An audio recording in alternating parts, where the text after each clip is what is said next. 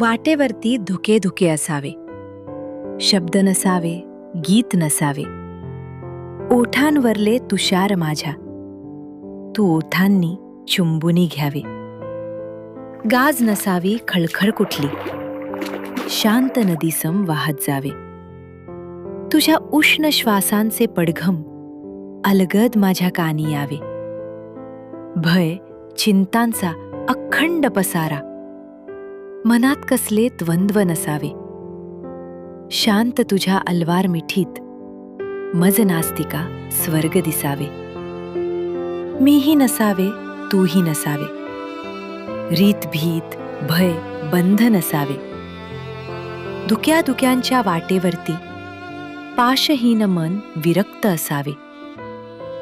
चालत जावे अशा दिशेने जिथे कोणते गाव नसावे. अशा किनारी शांत निजावे जिथे नदीला नाव नसावे. जिथे नदीला नाव नसावे.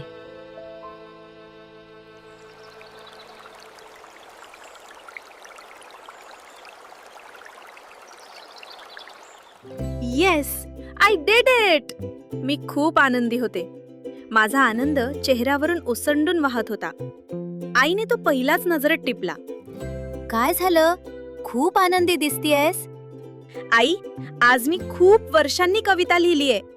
अरे वा, चल पटकन वाचून दाखव. मी थोडा विचार केल्यासारखं केलं आणि म्हणाले, अगं राहू देत, ती प्रेम कविता आहे. तर काय झालं? आम्हालाही कळतं प्रेम. राहू दे ना आई. असो, त्याचं श्रेय कुणाला द्यायचं? म्हणजे आईने टाकलेला हा बॉम्ब मी मला काहीच न कळल्यासारखं केलं आणि मनातल्या मनात पुटपुटले. ह्याचं श्रेय श्रेयसला दिलं पाहिजे. Okay, as you wish.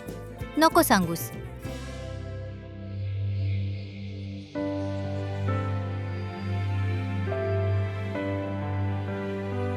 तो अख्खा दिवस मी उगाच मोबाईल चेक करण्यात घालवला. श्रेयसचा आता फोन येईल, मेसेज येईल असं मला वाटत राहिलं. अखेर रात्री 8च्या सुमारास मीच त्याला मेसेज पाठवला. हे हाय, होप यू आर डुईंग वेल.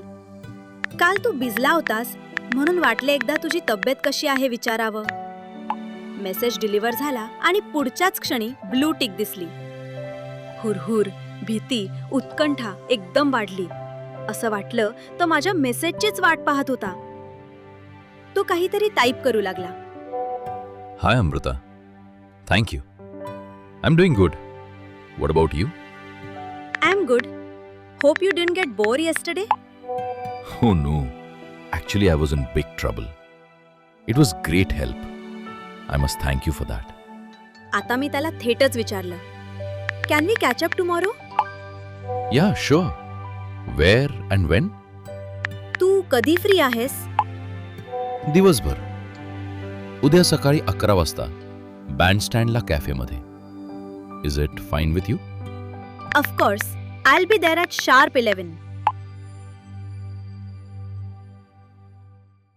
दुसऱ्या दिवशी मी बरोबर 10:50 बँडस्टँडला पोहोचले. मी गाडी पार्क करून बाहेर येते तोवर श्रेयसही तेथे पोहोचला होता. दोघांनी एकमेकांना शेक हँड केलं आणि आम्ही कॅफेच्या आत गेलो. इकडच्या तिकडच्या गप्पा झाल्या. एकमेकांविषयी थोडी कल्पना आली.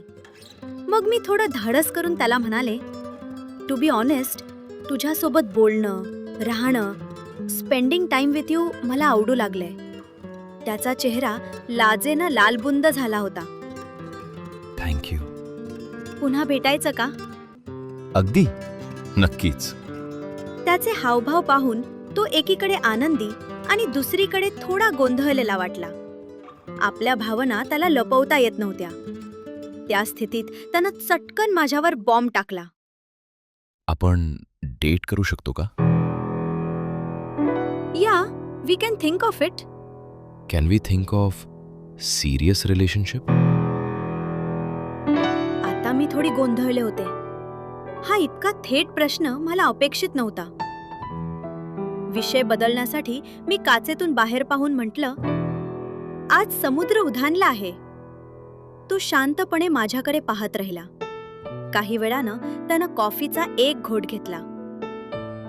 क्षणभर शांतता पसरली आणि एकदम अचानक तो म्हणाला, हो, समुद्र उधाणलाय. पाऊस. इतकं म्हणून तो थांबला.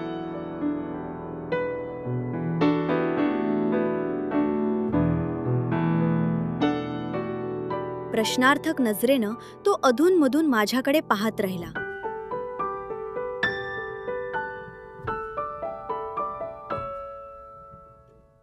त्याच्या मनाची घालमेल मला कळत होती. काय उत्तर द्यावं मला कळत नव्हतं. मलाही तो खूप आवडला होता. I wanted to be with him. पण सिरियस रिलेशनशिप? मला माहीत नव्हतं. मी कन्व्हिन्स नव्हते आणि मला कोणतीही फॉल्स कमिटमेंट करायची नव्हती. पाऊस येण्याआधी निघाला पाहिजे. असं म्हणून त्यानं माझ्याकडे पाहिलं. मीही होकारार्थी मान हलवली. दोघे कारच्या दिशेनं निघालो.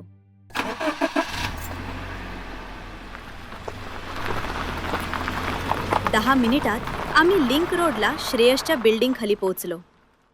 थँक्स. त्यानं कारचा दरवाजा उघडला आणि बाहेर पडला.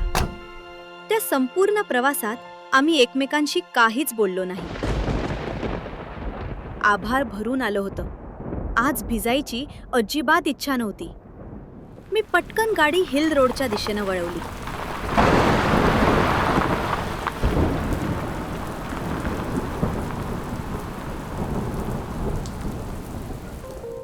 तुमच्या मते पुढे काय होणार?